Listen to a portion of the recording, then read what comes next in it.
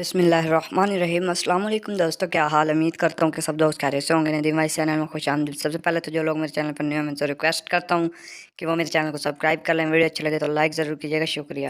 ایک دفعہ کا ذکر ہے کہ ایک بادشاہ اپنی ملکیت یعنی اپنے ملک کی سیر کو نکلا۔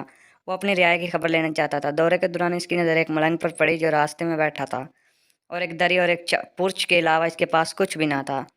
بادشاہ نے مزید نوٹ کیا کہ اس پرچ میں بھی صرف چند چھولے پڑے تھے، پر وہ ملنگ مسکرا رہا تھا۔ ملنگ کی مسکراہٹ میں اتنا شدید اطمینان اور سکون ظاہر ہو رہا تھا کہ بادشاہ حیران رہ گیا۔ خیر، وہ آگے بڑھ گیا۔ دوسرے دن پھر بادشاہ کی نظر اس پر پڑی اور وہ اسی طرح مسکرا رہا تھا، خوش باش تھا۔ بادشاہ کی پالکی پھر بھی آگے بڑھ گئی۔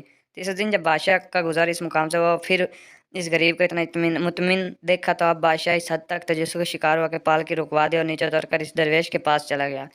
اسے بتایا کہ میں ملک کا بادشاہ ہوں، 3 دن سے تیری مسکراہٹ اور مسرت کا یکجا ہونا مجھے ہرگز ہضم نہیں ہو رہا۔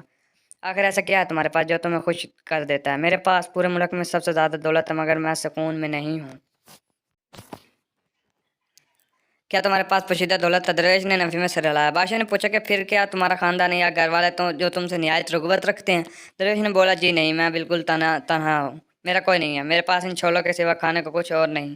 بادشاہ بہت حیران ہوا اور آخری سوال کیا کہ کیا تمہیں اللہ نے قابل فخر صحت سے نوازا ہے جو تم خوش رہتے ہو؟ ملنگ بولا، ہاں ہاں، ہرگز نہیں، میرے آدھے دانت ٹوٹ کر گر چکے ہیں اور ٹھنڈے سے میری ہڈیاں درد کرتی ہیں۔ بادشاہ نے پوچھا کہ او بھائی صاحب، پھر کیوں سکون سے بیٹھے ہو؟ ملنگ بولا، اللہ پر یقین رکھو، اس پر توکل کرو، اس نے تمہیں جس حال میں، حالات میں اور جس بھی مشکل میں ڈالا وہ اس کا فیصلہ ہے، وہ تمہاری نشوونما کے لیے ضروری ہے۔